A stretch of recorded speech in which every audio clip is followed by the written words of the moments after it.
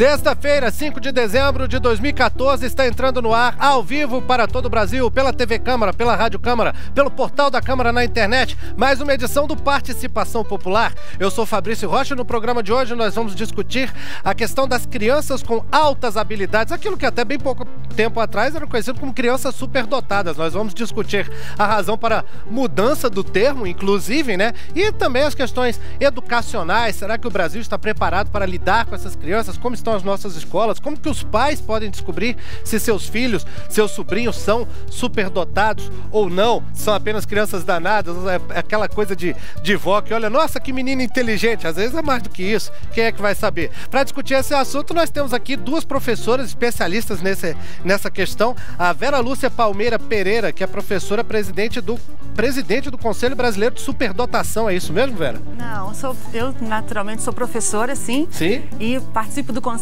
como segunda integrante. Secretária da diretoria. Exato. Segunda secretária, tá Isso. certo então. Então vou anotar aqui, segunda secretária, para não esquecer mais. Exato, nós temos... TV ao vivo é assim, viu? É. Professora Suzana Barreira é a nossa presidente. Suzana? Barreira Pérez. Suzana Barreira, pronto, tá. Mandar um abraço para ela, né? Okay. Vou mandar um abraço para Suzana, então, que deve estar acompanhando Participação Popular agora. E nós temos aqui também a professora Macaé Maria Evaristo dos Santos, que é secretária de Educação Continuada, Alfabetização, Diversidade e Inclusão no Ministério da Educação. Falei tudo? Tudo. É isso mesmo, né, Macaé? Seu nome é diferente. Você é da cidade de Macaé, do Rio de Janeiro, ou não? Não, eu não sou da cidade de Macaé. É que Macaé é um nome de origem indígena. Indígena. E reza a lenda da minha família que significa céu sem nuvens. Céu sem nuvens. É o céu claro, então é Macaé. Meu pai queria que eu vivesse constantemente assim num dia iluminado. É, que bom, espero que esteja hoje num dia iluminado aqui com a gente. Tomara que seja, claro. Seja bem-vindo aqui, Macaé, você também. Então, você viu, nós temos aqui especialistas nessa área e você pode mandar as suas perguntas, os seus comentários, porque é por isso que o programa se chama Participação Popular. Ligue para 0800 619 619, a ligação é gratuita. Você também pode mandar um e-mail para o nosso endereço participaçãopopular@câmara.leg.br. É tudo junto, uma palavra só. Não tem cedilha, não tem tio, né? Meio que do jeito de internet de escrever, participaçãopopular@câmara.leg.br. E se você usa o Twitter na internet, né, a rede social ali das mensagens curtas, você também pode mandar pra gente um tweet com o nosso nome de usuário, @participaçãopop. É escrito também do mesmo jeito. É tudo junto, uma palavra só, não tem cedilha, não tem tio, Participação Pop. E aí a gente vai discutir as questões com os nossos convidados. Deixa eu ver se a gente já conseguiu contato com minha amiga Vânia Alves, que está no link. Não, ela ainda não, né? Nós estamos com um probleminha técnico, tá chovendo muito em Brasília agora, nesse instante. Chegou a informação agora há poucos minutos que tem granizo caindo em algumas regiões aqui da cidade, e isso para transmissão ao vivo de televisão, meu amigo, não é brincadeira. Para televisão e rádio, né? Vocês, nossos ouvintes da Rádio Câmara, que estão acompanhando participação nesse horário, saída do trabalho, que estão acompanhando a gente pelo rádio, um grande abraço para vocês. Nós contamos com as suas perguntas também. Antes de começar o nosso programa, vamos mandar aqueles tradicionais abraços para o pessoal que acompanha o Participação Popular, principalmente para o Iruan Simões, o nosso diretor, né? O diretor do programa, que hoje está doente, está acamado. Iruan, força aí, melhora logo, cara. Ricardo Coelho, Ricardinho, técnico da Rádio Câmara, que sempre reclama que eu nunca mando um abraço para ele aqui no Participação. Ricardinho, agora é para você, tá? Ó, tá no coração da galera. Para Juliana Werneck, que trabalha por aqui também no Congresso, ela diz que acompanha sempre o Participação Popular. Ela mora no Jardim Botânico, no Distrito Federal. Beijão, Juliana, obrigado pela audiência. A dona Gilce Pinto, mãe do Tadeu, moradora da Asa Sul, no Distrito Federal. Beijão, dona Gilce. Para Ana Clara e João Pedro Farias de Freitas, de Araguari, Minas Gerais, jovens espectadores do Participação. Grande abraço aí para vocês, para todo mundo do Triângulo Mineiro, da região ali perto de Araguari. Enfim, um abração para vocês.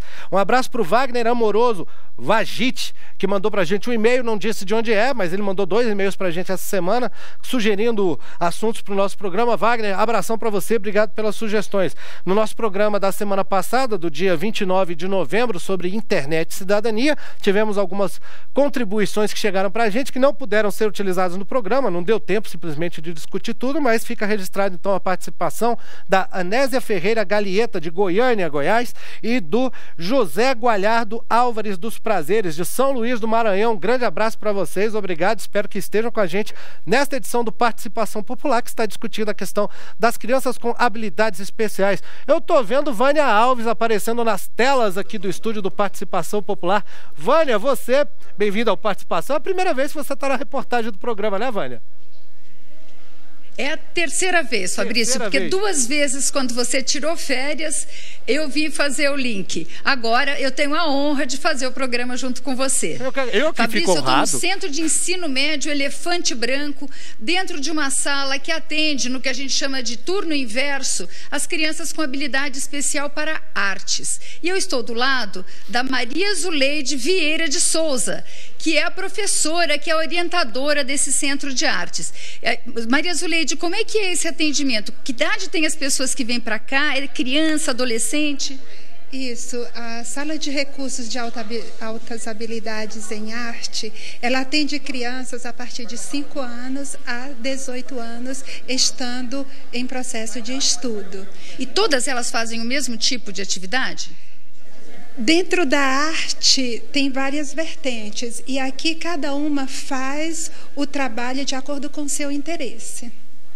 Bom, então a gente vai mostrar agora um pouco desse trabalho. Eu vou continuar conversando com a Maria Zuleide aqui sobre esse trabalho e o câmera vai mostrar para vocês um pouco do que eles fazem aqui. Olha lá, tem um painel sobre a parede. Maria Zuleide, como é que eles chegam aqui já com um projeto para você? Como é que é essa relação com as crianças com altas habilidades? Não, eles são encaminhados pela família ou pelo professor ou professora do ensino regular ou por amigos, e eles vêm porque foi apresentada uma habilidade, né, onde foi diferenciada em relação a outros alunos ali do mesmo ambiente. E quando eles chegam aqui, eles vão trabalhar em cima dessa habilidade que eles apresentaram. E quando eles chegam aqui, as crianças, elas têm uma relação normal, como se elas estivessem na escola normal, ou eles chegam meio ressabiados? Que história é essa de turno inverso? Como é que é?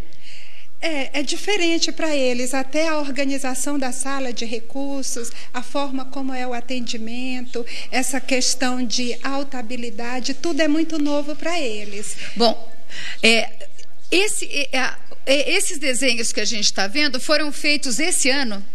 Não, tem trabalhos aqui que já tem 2, 3, 4, 5 anos, porque está sempre em processo. Então, não é um trabalho estanque, não é uma coisa fechada. O trabalho está sempre sendo desenvolvido, e é isso que você está vendo, cada um dentro da habilidade que ele tem interesse. E quanto tempo eles passam aqui? Quantas horas do dia? 4 horas, né? 4 horas, no turno contrário do ensino regular. Quantas vezes por semana? Uma vez. E a criança só faz essa atividade artística ou ela tem outras atividades, ela tem outro tipo de atendimento? Sim, geralmente elas têm outros tipos de atendimento. Vem para a sala de recursos, faz o trabalho de arte, faz inglês fora, né, fora da sala, em outras instituições. Eles fazem diversas atividades porque é de acordo assim com a vontade deles, com aquela habilidade. E essa habilidade, ela é ampla. Ela não fica só, né, assim, não é só num quesito, né? Bom, daqui a pouco a gente volta e falando mais sobre o que as crianças fazem no turno inverso, tá? É com você.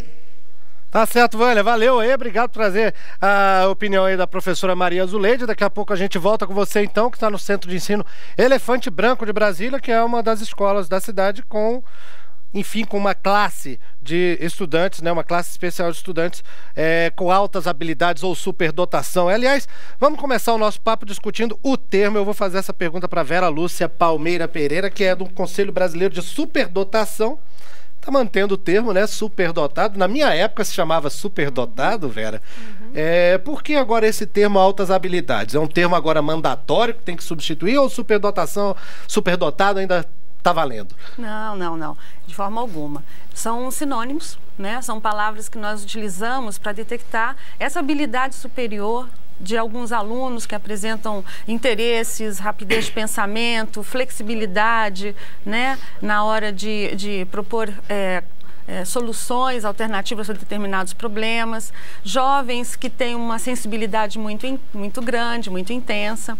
O termo altas habilidades vem somar ao termo que nós já conhecíamos como superdotação. Tanto é que há uma dificuldade muito grande quando alguns até documentos, né, passam a colocar altas habilidades ou superdotação, que é uma situação que nós estamos enfrentando na hora que as pessoas vêm nos buscar em relação a algumas questões relacionadas a essa classe de pessoas, essa situação de comportamento, né? Está sendo obrigada a escrever os dois termos. Às vezes, nós mantivemos os dois termos, sim, porque para nosso entendimento é um entendimento de que altas habilidades e superdotação correspondem, então, parâmetros diferenciados de expressão humana, mas que na expressão da superdotação elas se configuram como similares. Né? Ou seja, são a mesma coisa. A mesma então, coisa. durante o programa, eu posso falar que nós estamos discutindo hoje as crianças superdotadas, não tem problema. Superdotadas ou com altas habilidades de superdotação. Posso falar de qualquer jeito Os dois termos nós estamos falando corretamente. Lhe agradeço por conceder essa liberdade de expressão. Então, Vera Lúcia Palmeira, para você que está acompanhando pela Rádio Câmara, que é a segunda secretária, né, do Conselho Brasileiro de Superdotação. Agora eu vou perguntar para a professora Macaé Evaristo, do MEC, né, do Ministério da Educação, que trabalha com alfabetização, educação continuada, diversidade e inclusão. Esse é o nome da sua secretaria, ou seja, atende muita gente, né, que tem uma necessidade diferenciada de ensino. Seria isso, Macaé? E o que caracteriza as necessidades especificamente das crianças superdotadas? Bom, a CECADI, no âmbito do Ministério da Educação, ela tem, vamos dizer, um objetivo fundamental. Primeiro é a redução das desigualdades educacionais. É uma secretaria, no contexto da educação jovem, porque é uma secretaria que no Ministério ela tem 10 anos. E ela trabalha não só com a inclusão de estudantes com deficiência, transtornos globais do desenvolvimento, superdotação. Quando a gente está falando de educação continuada, alfabetização, nós estamos trabalhando com a questão das desigualdades educacionais. Essas desigualdades, às vezes, elas são fruto de um processo histórico porque nós temos uma população no Brasil que anteriormente não teve acesso à educação básica. Então, a CECADI trabalha com alfabetização, educação de adultos, trabalha com políticas para a educação escolar indígena, educação escolar quilombola, para o atendimento de políticas de educação para a juventude. Então, o grande foco da secretaria é a redução das desigualdades educacionais. Principalmente no âmbito social, né? Ou também na questão verdade, vamos dizer, de correção de um processo de negação do direito à educação. Uhum. Então, nós focalizamos aquelas populações que, durante muito tempo, para as políticas educacionais, elas estiveram invisibilizadas. Né? Então, só para dar um exemplo com dados, quando a gente está falando de alunos com altas habilidades, superdotação. Nós tínhamos lá no início, né, do ano 2000, a gente tinha menos de 2.000 matrículas, estudantes com altas habilidades, superdotação identificados. Hoje a gente avançou muito, nós temos 12.000, só que a gente sabe que o nosso desafio é muito maior, porque possivelmente nós temos muito mais crianças e adolescentes com altas habilidades. Eu acho que o que é fundamental e o objetivo da secretaria é qualificar, é instituir uma política que foi instituída lá em 2003, com a constituição dos primeiros núcleos dentro de secretarias estaduais e municipais de educação. Núcleos para identificar esses estudantes, para assessorar professores das escolas públicas a identificar esses alunos e também construir planos de atendimento para esses estudantes. Que em alguns lugares hoje no Brasil se dá no próprio núcleo, mas quando a gente está falando de altas habilidades, tem uma gama, né, de possibilidades. E é muito importante se estruturar uma rede. Eu acho que hoje a gente tem um ponto que é favorável, e que o contexto do Brasil também está avançando numa ideia de educação integral. Então, quando a gente pensa em educação integral, nós vamos possibilitar muito mais estudantes no nosso país a ter acesso a uma variedade de possibilidades de acesso a conhecimentos diferenciados. Então, do mesmo jeito que a gente tem um aluno com altas habilidades para artes, a gente vai ter para o esporte, nós vamos ter para física, vamos ter para matemática. A tendência é que o talento dele especial se revele nesse ambiente com mais informação. Então, por exemplo, hoje a gente tem Olimpíadas brasileiras de matemática, Olimpíadas de física, o que tem possibilitado que muitas crianças que anteriormente, né, não estavam identificadas, você comece a fazer esse mapeamento e a construir possibilidades de inserção diferenciada para esse estudante. Eu acho que esse é um aspecto fundamental. Quer dizer, alguns estudantes, e aí eu acho que tem uma questão que é importante também falar para as famílias, é porque às vezes o estudante ele tem uma alta habilidade em física, né? Mas vamos dizer, emocionalmente, talvez ele precise também de uma atenção diferenciada. Não é porque uma criança de 8 anos, 10 anos, né, toca piano muito bem que ele deixou de ser criança. Então, pensar numa trajetória educativa que contemple esse desenvolvimento diferenciado dessa criança, eu acho que é bastante importante e é um pouco o foco que a CECADI tem tentado trabalhar, muito fortalecendo esses núcleos e, na verdade, trabalhando com a formação, né? Porque é um tema muito novo também na própria política educacional brasileira. Tá aí a professora Macaé Evaristo, que é do Ministério da Educação. Você que está acompanhando Participação Popular, pode mandar suas perguntas, suas opiniões para a gente. 0800 619 619 é o nosso telefone para ligação gratuita. Nosso e-mail é participaçãopopular@câmara.leg.br e no Twitter você pode mandar uma mensagem com o nosso nome de usuário, @participaçãopop. Nós estamos discutindo essa questão das crianças superdotadas, que, segundo números do próprio Conselho Brasileiro de Superdotação, no Brasil representam mais ou menos 5% da população, 8 milhões de brasileiros, talvez, né, Vera? Algo em torno disso. Isso.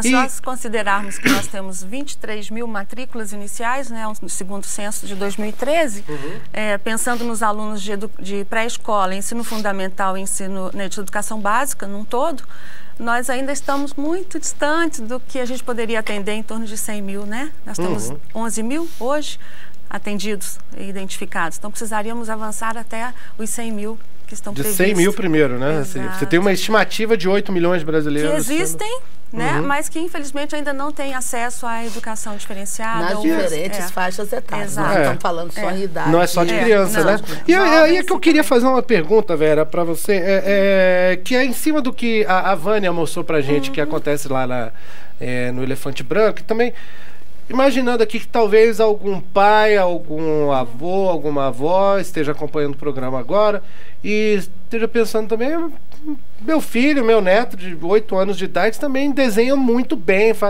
desenha. Será que ele é superdotado? Ou seja, isso é uma característica, ou uma criança que toca piano bem, como você mencionou, isso define superdotação ou é preciso mais do que isso? Nós temos um indicador, que é uma habilidade superior, como você mesmo mencionou, tocar um instrumento com uma grande facilidade, ter um destaque em uma determinada área. Isso corresponde a uma das possibilidades, né, na indicação de um talento.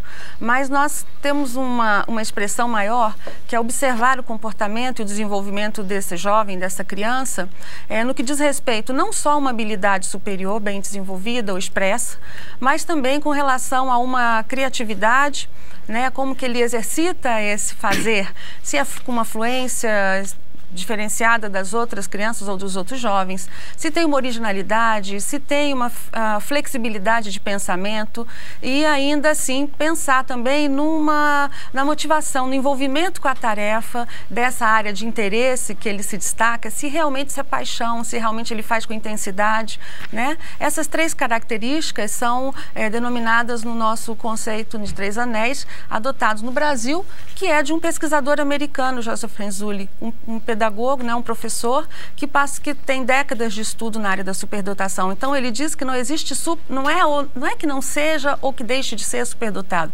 mas que existem comportamentos que de uma forma bem assim dinâmica, né, e múltipla, elas trazem o perfil da superdotação. Então, ou seja, um conjunto de características, habilidades, né? Criatividade e envolvimento com a tarefa. Então, se nós tivermos a combinação desses 3 fatores, possivelmente, sim, teremos uma pessoa com superdotação. Quais são as três características? Habilidade superior, Né, acima da média, né, uma habilidade superior, nós temos a criatividade e o envolvimento com a tarefa. Tá certo. Vera, olha só, quem estiver acompanhando Participação Popular agora pela televisão, vai ver durante o programa, passando aí embaixo, nessa barrinha aqui embaixo, algumas características. A nossa produção separou 24 itens que caracterizam superdotação, que são apontados como sintomas, vamos dizer assim, de que uma criança tem indicadores, né?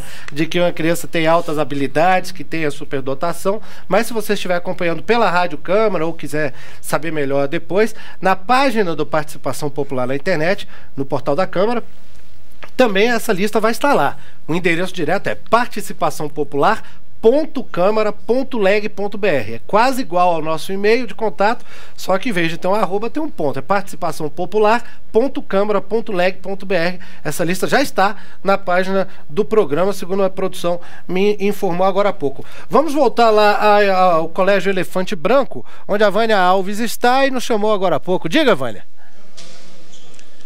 Oi, Fabrício. Eu estou aqui com a Valquíria Teodoro. Ela é a fundadora e membro da Associação de Pais, Professores e Alunos e amigos de alunos com altas habilidades. Mas eu queria, a primeira pergunta, a gente que vai conversar um pouco sobre política para atender essa população, mas eu queria perguntar para a Valquíria, ela tem um filho que participa dessa atividade artística que a gente viu na entrada anterior, que é o Augusto César. Como é que você descobriu que o Augusto César era uma criança com altas habilidades? Boa tarde. O Augusto César apresentou, desde a educação infantil, algumas habilidades acima da média, no que tangia a sua criatividade e a sua participação em grupo dentro dos demais integrantes da sua sala. Ele se destacava por meio de uma habilidade de estar envolvendo os demais amigos, estarem colocando determinadas situações em que eles imediatamente o acompanhavam. A partir daí, eu comecei a estudar um pouco a respeito desse tema, fui fazer uma disciplina no mestrado sobre altas habilidades e superdotação, e aí nós fomos levantando esse conjunto de características, fizemos a avaliação dele e a conclusão foi de que ele era um aluno com altas habilidades e superdotação. Agora, Valquíria, eu queria saber o seguinte, o atendimento para crianças com altas habilidades, elas vêm aqui no horário inverso do horário escolar. Elas são todas da rede pública? Como é que vocês avaliam o atendimento hoje? É suficiente o atendimento que existe hoje? Vocês são do GDF, dentro do GDF? O Distrito Federal se destaca pelo índice de indicação de altas habilidades e superdotação, porque o programa aqui no Distrito Federal de atendimento é pioneiro. Ele vem da década de 1970 e se iniciou dentro da Universidade de Brasília, posteriormente foi para a Escola Parque e depois, a partir de 2005, com a implantação dos NAAIs, também subsidiou o modelo para esse atendimento e teve a expansão dele hoje em 19 salas, em 19 escolas do Distrito Federal. Ele não contempla 100% a necessidade, não. Ainda há realmente uma necessidade maior, porque a demanda cresce à medida em que você consegue identificar com mais facilidade e progressão às altas habilidades dessas crianças. No Distrito Federal, ele sempre pautou pelo atendimento de crianças da rede pública e da rede particular. Em julho de 2014, a associação conseguiu a aprovação da lei que institucionaliza o atendimento a altas habilidades e superdotação no Distrito Federal e contempla 70% das vagas para alunos da rede pública e 30% para alunos da rede particular. Agora, Valquíria, a criança, depois que ela passa a ter essas atividades, passa a ter esse atendimento, existe uma mudança no aproveitamento escolar, uma mudança no comportamento social dela? Sim, via de regra existe porque a criança tem a demanda, a necessidade dela atendida, né? É um conforto que ela tem para aquilo que ela aparenta e que tem que ser preenchido com alguma atividade. Se ela tem esse atendimento adequado para a habilidade ou a área em que ela apresenta um maior índice de desenvolvimento, é lógico que ela se tranquiliza e ela passa a ter, mesmo dentro do ambiente escolar, uma produção melhor. Agora, a ideia é que a criança consiga, que a criança, o jovem, consiga desenvolver plenamente esse talento. Quer dizer, tem um treinamento específico ou é só um estímulo a ele procurar o seu próprio caminho? Não, não é um treinamento, é um estímulo. São desenvolvidas atividades que enriquecem a sua capacidade e que dão a ela possibilidade de dar vazão a essa habilidade que ela demonstra. Ela pode ter um aproveitamento de 100%, como pode não ter um aproveitamento de 100%. Não é medido dessa maneira. Bom, por enquanto a gente vai ficar por aqui, mas a Valquíria volta para conversar e participar do debate que vocês estão fazendo aí no estúdio. É com você, Fabrício. À vontade, Vânia. Pode trazer a Valquíria na hora que ela quiser falar também. É só dar um toque pra gente aqui que a gente insere vocês na conversa que a gente está tendo aqui no estúdio. Chegou pra gente já uma pergunta por e-mail. Dani Badio, que eu presumo que é de Brasília, não falou de onde era no texto, mas pelo endereço do e-mail dá para presumir que é de Brasília, com a pergunta: por que o programa Viver Sem Limites não apoiou altas habilidades, superdotação, como as demais necessidades especiais?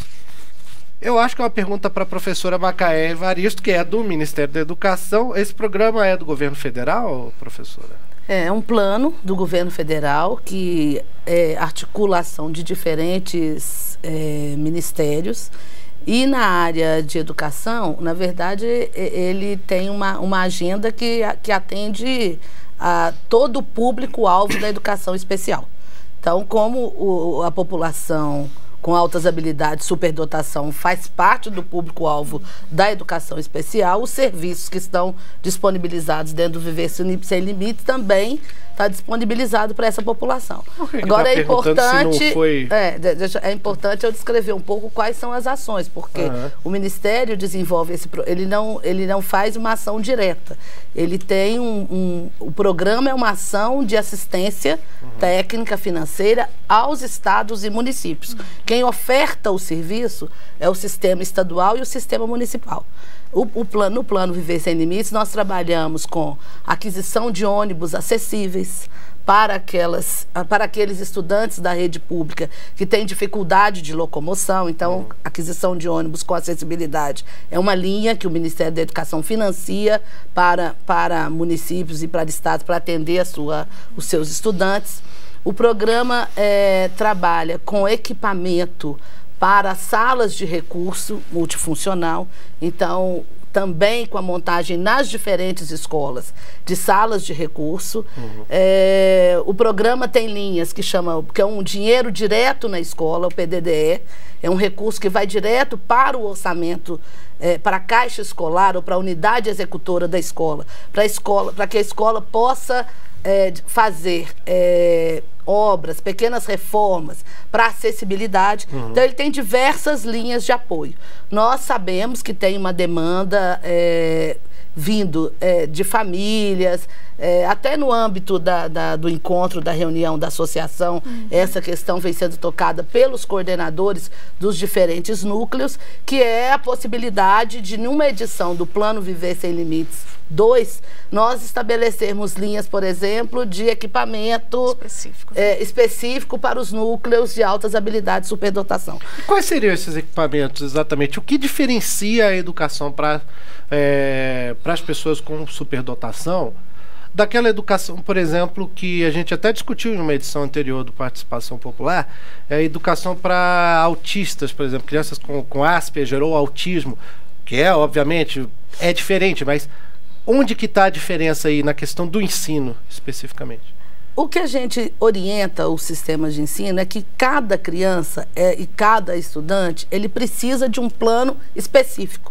É muito complexo você pensar que do âmbito do governo federal, nós vamos estabelecer o que seriam os equipamentos e as estruturas necessárias para cada uma das crianças com altas habilidades, porque altas habilidades, ela pode ter em qualquer área, né? Várias formas diferentes, né? Os sistemas de ensino, os núcleos de altas habilidades, os professores, primeiro eles têm que aprender a identificar. Segundo, a gente considera que a gente tem que organizar uma rede. Essa rede, ela pode envolver universidades, né? Então, nós estamos num momento que nós aprovamos o Plano Nacional de Educação.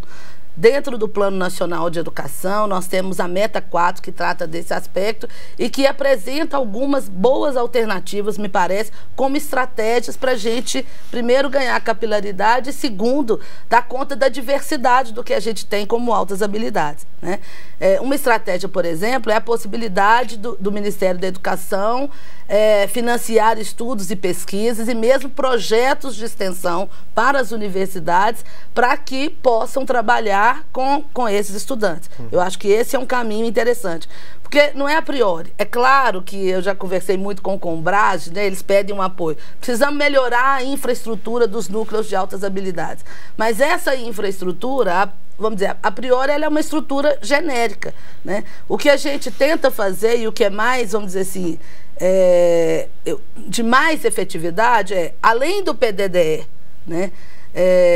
De acessibilidade, nós temos um PDDE, por exemplo, que é um dinheiro direto na escola, que a comunidade escolar decide quais as áreas de investimento. Nós temos um financiamento para atividades de tempo integral. Então, quando a gente garante que esse aluno ele tem atendimento em tempo integral, você produz um alargamento dos campos de conhecimento. Então, dentro de tempo integral, hoje a gente tem escolas que trabalham com robótica, por exemplo, que não é uma coisa frequente hoje nos nossos currículos escolares. E também não precisa ser só para alunos superdotados, né? São coisas que atingem todos. Que atinge todos e esse aluno pode ser beneficiado. Assim como eu penso que a gente precisa estabelecer outras redes, porque eu vejo nós estamos vendo essa escola, né? E eu penso assim, muitos alunos da área de artes, seria muito interessante se a gente conseguisse, por exemplo, estabelecer parcerias com ateliês, onde esses estudantes pudessem se inserir, né? Já numa idade, na juventude, na adolescência, como aprendiz, junto com o artista, não é? Para que ele pudesse mesmo, acho que, dar vazão a todo esse seu potencial. A rede, na verdade, eu penso assim, a rede é a gente pensar no município e nas cidades como educadoras. Porque se a gente pensar só no aspecto da escola como educadora, para muitos desses estudantes, né, por mais estrutura que a gente tenha dentro de todas as escolas brasileiras e consiga produzir, ainda será muito menor, por exemplo, do que uma cidade pode produzir como experiência educativa. Então, você tem aluno que pode construir uma trajetória vinculada a museus, por exemplo. Se a escola tiver uma boa parceria com uma rede de museus, ela pode ir construindo caminhos diferenciados para esse estudante. Se tiver uma biblioteca boa na cidade, pode uma biblioteca, né? Mas a gente tem que lembrar também que a gente está falando no Brasil de um país com uma diversidade enorme, inclusive em relação aos municípios. Então, sim, o nosso diferenças gritantes. Pensar em Brasília, tranquila, a nossa grande questão lá na CECADI é pensar em 4.000 municípios brasileiros que têm menos de 20.000 habitantes. E, às vezes, não tem uma biblioteca. Mal tem escola, vai ter biblioteca.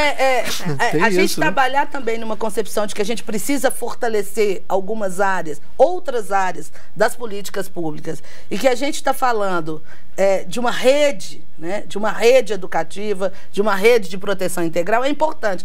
Não só para essa pessoa que tem altas habilidades de superdotação, para todos. Né? Porque quando o Combrage dá esse número, eu falo assim, bom, mas de 8 milhões de... essas pessoas, elas estão no nosso país.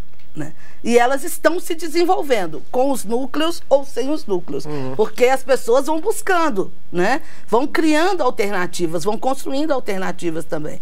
Eu acho que é um desafio enorme, mas a gente precisa pensar que eu acho que a grande questão é garantir para os estudantes da rede pública uma possibilidade de múltiplas experiências. Experimentação em campos diferentes. Porque a criança pode ter uma habilidade, um estudante, que a gente nem sonha, né? Porque ela nunca teve acesso Porque ela àquilo, nunca né? teve acesso. Então, a possibilidade de experimentar é que garante isso. E acho que o caminho é a educação integral. Bom, a gente tem aqui, a direção do programa está me informando que nós temos o contato por telefone já com a deputada professora Dorinha Seabra Rezende, do Democratas de Tocantins. Deputada, está ouvindo a gente? Alô, boa tarde, estou sim. Oi, deputada, bem-vinda ao Participação Popular mais uma vez. E, bom, a gente está aqui discutindo essa questão das crianças com altas habilidades, das crianças superdotadas, não só crianças, jovens, adultos também. E uma série de questões foram levantadas agora pela secretária do Ministério da Educação, né, a professora Macaé Evaristo, né, ela acabou de tocar algumas questões de que não se trata apenas de fazer programas especiais para alunos superdotados, mas questões que seriam benéficas para todos os alunos poderiam facilitar a descoberta dos superdotados. De que forma que o Congresso pode ajudar nessa questão, deputada? A senhora que é professora também, parece que tem muita coisa que o Congresso poderia fazer. E por que ainda não fez? Isso que eu queria passar. Olha, na verdade, eu ouvi o que a secretária Macaé estava colocando. Eu acho que é perfeita essa questão da grande diversidade, dos diferentes espaços que podem ter ação complementar à escola, e isso precisa não só para o aluno que tem altas habilidades, que pode ser estimulado. Eu acho que, de maneira geral, a escola brasileira, ela está muito organizada para atender quem tem dificuldade e pouco para quem pode ter e precisa ter olhares diferenciados, inclusive para o desenvolvimento. Na verdade, o próprio plano, ele abre algumas possibilidades. Na minha opinião, não se trata de uma questão de legislação, mas muito mais e aí eu acho que é preciso ter política pública, sim. Há algum tempo atrás, nós sequer tínhamos o atendimento a aquele aluno que precisava de um olhar pelas suas dificuldades. Nós estamos falando agora, e quando eu fui secretária, nós começamos um trabalho para altas habilidades. Infelizmente, essas crianças, nas nossas escolas, elas ficam isoladas, são esquecidas. Então, assim, eu acredito que tem a ver com a questão de política pública, de financiamento. O Brasil, principalmente a maioria das nossas cidades, tem uma carência desses espaços diferenciados e alternativos. E eu acho que a própria formação do professor. O professor ainda é muito... normalmente ele trabalha como se todo mundo... Normalmente não, em virtude das dificuldades, como se todas as crianças aprendessem da mesma forma, né? Então, eu acho que é uma questão de formação, e entendo que a própria construção do plano e as perspectivas de nova forma de formação, a questão da base nacional comum, tudo isso vai provocar essa... até porque não vai vir naturalmente, mas vai provocar e dar espaço para que possa surgir. O Brasil precisa avançar muito em termos de política pública nesse olhar diferenciado, para trabalhar as altas habilidades, para ter um olhar para o aluno diferente que nós temos. Deputada, eu vou pedir para a senhora aguardar só um minutinho, porque a Vânia Alves está chamando a gente lá do Colégio Elefante Branco e a gente vai passar a palavra para ela. Diga, Vânia.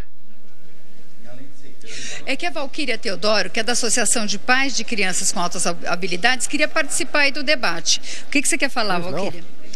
Professora Macaé, parte de sua fala já foi um compromisso na audiência pública realizada pela APAS-DF em maio de 2013.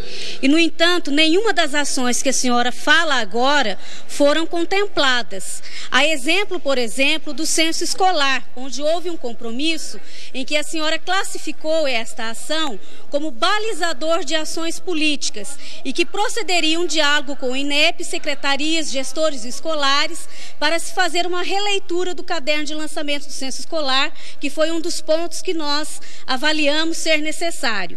Em março de 2014, nós fazemos um monitoramento disso, verificamos junto ao INEP e nenhuma ação havia sido tomada.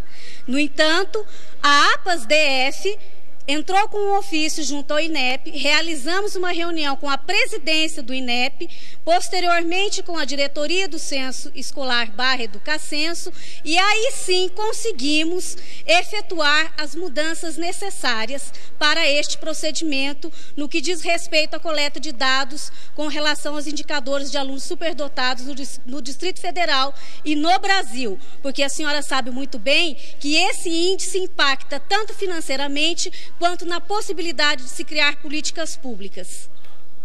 Macaé pode responder rapidamente. Essa intervenção, eu gostaria de saber o que a secretária vai falar.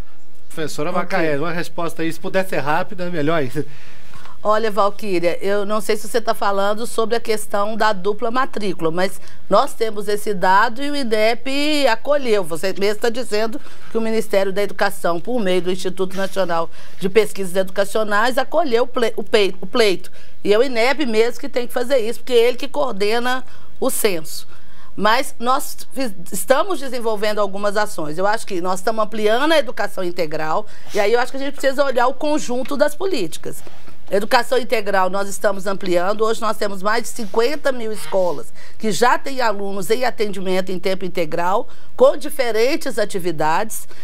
Um combinado que nós fizemos, inclusive eu fiz com você, era que nós instituiríamos, dentro do plano de ações articuladas, linhas de financiamento para equipamento dos núcleos de altas habilidades e superdotação. O PAR, ele vai ser todo reestruturado agora a partir do próximo ano, e essa é uma demanda que está colocada para a gente ter uma linha específica. Esse foi um combinado não só com vocês, mas também com o Combrage, que na reestruturação do PAR nós teríamos uma linha para apoiar estados e municípios para uma melhor estruturação. A gente falou disso na questão passada. Então, assim, eu acho que a gente precisa talvez aproximar mais, porque para a gente conversar. Eu acho que esse ano ele foi um ano complexo, né? Mais difícil, a gente não teve muito encontro, mas a CECADI ela está sempre aberta para esse diálogo. Tanto é que apoiamos o encontro do Combrage, financiamos a participação de todos os coordenadores dos núcleos de altas habilidades, solicitamos a todos os secretários de Estado de Educação que garantisse a participação dos gestores das políticas de educação especial na perspectiva inclusiva dentro desse seminário, e nesse seminário tivemos reuniões específicas para tratar desse tema e de como a gente pode avançar nessa temática no âmbito das políticas. A deputada falou que a gente precisa, né, avançar, que a gente precisa de financiamento, e acho que a nossa grande meta é fazer com que essa questão ela seja tratada no âmbito dos planos municipais e planos estaduais de educação que serão efetivados a partir do próximo ano. Nós homologamos o plano nacional, mas estados e municípios têm uma tarefa de fazer esse plano. E, na verdade, esse atendimento ele precisa do apoio do Ministério da Educação, mas é uma agenda muito importante para o gestor do sistema de ensino, porque é ele quem identifica, ele é que sabe quantos estudantes tem na sua rede e que tipo de serviço será necessário. A própria LDB direciona essas responsabilidades para os estados e municípios. Porque a gente pode identificar no censo altas habilidades. Nós sabíamos que a gente tinha 2 mil e hoje a gente tem 12 mil, estava sendo mapeado. Mas não na intensidade que a gente gostaria. Porque nós podemos ter o campo no censo e a escola não informar. O nosso desafio é formar os professores para que essa identificação seja feita, mas mais do que isso, construir uma rede, né? A rede é fortalecer o NAS? É fortalecer o NAS, mas é porque o NAS precisa ajudar a mapear essa rede de educação integral, interferir no município na construção dessa rede de atendimento. Porque não adianta só você ter muitos núcleos ou muitas salas específicas de atendimento, mas é muito pouco provável que você consiga ter muitas de uma única área. Mas nós temos que considerar, só um minuto. Diga, Vera, diga, rapidinho. Temos que considerar uma questão importante. Os núcleos de atendimento e altas habilidades e superdotação são polos dentro dos estados, certo? Dessas políticas públicas e de atendimento e formação de professores. E atualmente, esses núcleos de atendimento eles não estão tendo o alcance que tem digamos assim, a possibilidade de ocorrer. Então, muitos dos NAS, eles têm uma dificuldade em relação à logística, à dificuldade de financiamento e até mesmo das questões das políticas estaduais e municipais. Eu acho que talvez seja o momento, Macarré, de nós procedermos uma repactuação, uma sugestão que até foi apontada dentro do encontro dos núcleos de atendimento, junto com os estados e os municípios, né? No sentido de que aquelas recomendações e aquelas ações, né, que deveriam ter sido contempladas ao longo da criação dos núcleos e do atendimento que está sendo oferecido nos estados, possam ser novamente reorganizados e, digamos assim, eu gostaria de usar uma palavra Fica à vontade. No sentido de estar de uma forma mais insistente, de uma forma mais proativa, de um novo compromisso em decorrência de novas legislações que temos em relação ao tempo de oferta desses núcleos. Há 10 anos atrás foram a implantação desses núcleos. Então, eu acho que ao longo do caminho, é recente, mas não tão recente assim, um compromisso firmado há 10 anos dentro de uma política de tantas diferenças e tantas mudanças que ocorrem dentro da política nacional. Tempo do plano nacional, né? A gente estava na vigência de um plano, agora nós vamos fazer uma nova repactuação. Então, eu acho que uma nova repactuação seria importante. Para a gente resumir a conversa, eu tenho que retomar aqui com a deputada professora Dorinha Seabra. Está com a gente ainda, né, deputada? Sim, lógico, acompanhando o debate.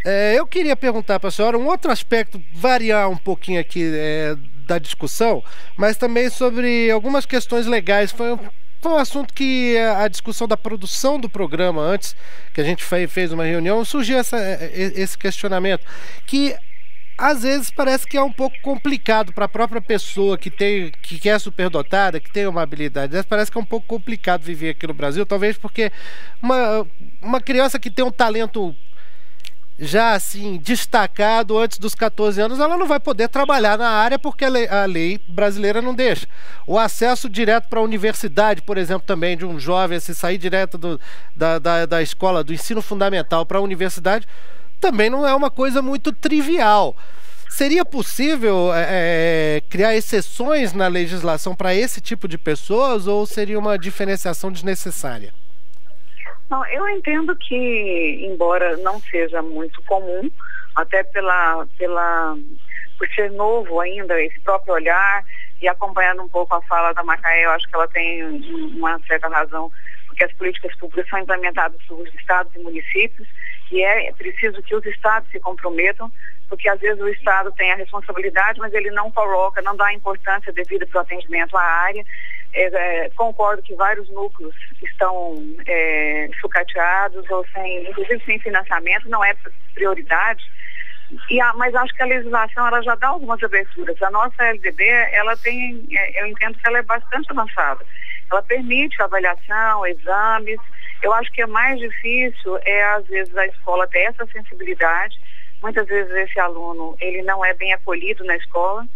Ele não se encaixa na turma e ele não é bem acolhido. Às vezes ele é tido até como um aluno problema, porque pela falta, às vezes, de preparo, do olhar do próprio professor ou do espaço da escola. Porque essa escola, para acolher, ela não pode ser uma escola nas regras que nós temos hoje. Essa escola em que o professor tem 30, 40 alunos, ele não tem condição, ela não tem espaço para ter outras atividades diferenciadas. Eu acho que esse olhar na construção dos planos e aí reforça a necessidade de incentivo e de política nacional para que a escola tenha também esse espaço, né, repito, para o atendimento daquele que pode ir além. Porque entendo que na área do atendimento aquele que tem deficiências, nós já avançamos, embora ainda tenhamos muito que avançar. Mas esse que pode ir além, o olhar do professor muitas vezes não está desperto para avaliar, a própria escola tem suas limitações, o estado, o município também, não tem outros espaços alternativos, porque quando a gente fala que a escola pode promover, sair dos seus muros, levar essas crianças e jovens para outros lugares. Isso não acontece porque em muitas cidades nós não temos esses espaços alternativos para que a escola possa sair dos seus muros, né? Agora, eu acho que é muito mais você poder romper. Eu, por exemplo, sou relatora de um projeto de educação domiciliar. A gente enfrenta um monte de resistência. Na semana nós íamos votar, não sei se nós vamos conseguir votar, porque nós temos um excesso de escolarização. As pessoas acham que só no espaço escola que pode acontecer a educação, e não é verdade. Existe, você precisa acompanhar, monitorar, mas pode ter outros espaços. Então, assim, eu entendo que do ponto de vista da legislação, sim, acho que já existe espaços, mas existe ainda muito preconceito. Aquela coisa preconcebida, entendendo que o espaço tradicional só que sem esse olhar para essas possibilidades diferenciadas. Tá certo. Deputada professora Dorinha Seabra, muito obrigado por ter estado com a gente aqui no Participação Popular, deputada. Grande abraço aí para a senhora. E para todo mundo de Palmas também, em Tocantins, que está acompanhando Participação Popular. Chegaram algumas mensagens para a gente pelo 0800 619 619 Enel ou Enel, não sei, não veio acentuado, Enel Vila da Nóbrega, de Corumbá, Mato Grosso do Sul, comentou: o governo deveria dar mais atenção aos alunos superdotados, oferecendo bolsas de estudo. A sugestão, né? A gente está discutindo algumas ações aqui agora. Obrigado aí, Enel. O nosso amigo Carlos Jean Pereira Gonzaga, de São Gonçalo do Piauí, que está sempre com participação popular, ele faz um questionamento aqui também. As pessoas dizem que eu sou muito inteligente. Eu estudei até a 8ª série. Como que eu posso desenvolver o meu talento plenamente? Daqui a pouco a gente vai chegar ali, mas só para não perder o fio da meada, que tem mais gente comentando, a Maria das Graças da Costa Gonçalves, de Valença, do Rio de Janeiro, mandou para a gente também pelo 0800 61969 um comentário. É necessário descobrir também qual aluno tem habilidades para desenvolver a violência. Ele sendo tratado na adolescência, isso poderá ser revertido. Tá aí uma outra questão. A Vânia Alves estava chamando a gente, né, lá do Colégio Elefante Branco. Diga, Vânia.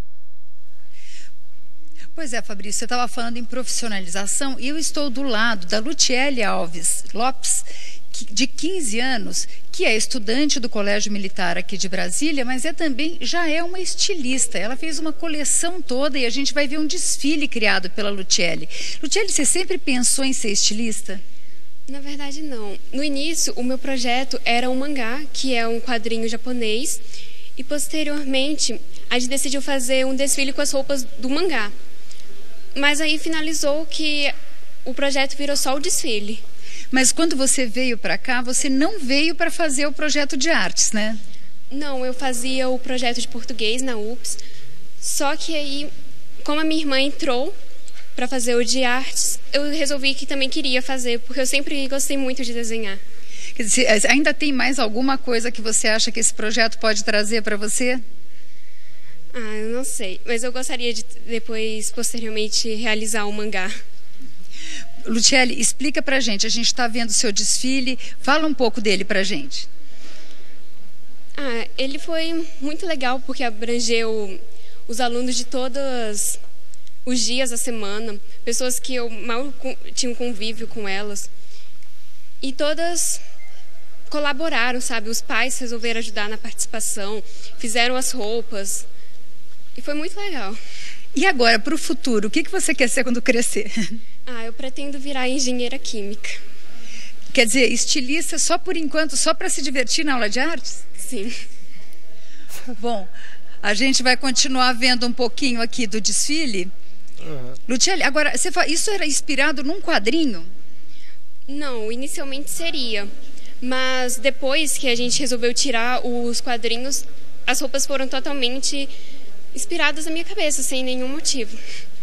Quer dizer, você pode falar um pouco das tendências? A gente está vendo que é roupa jovem, né? Sim. São roupas imaginadas como se eu fosse usar, basicamente. Bom, a gente fica por aqui e eu devolvo para você, Fabrício.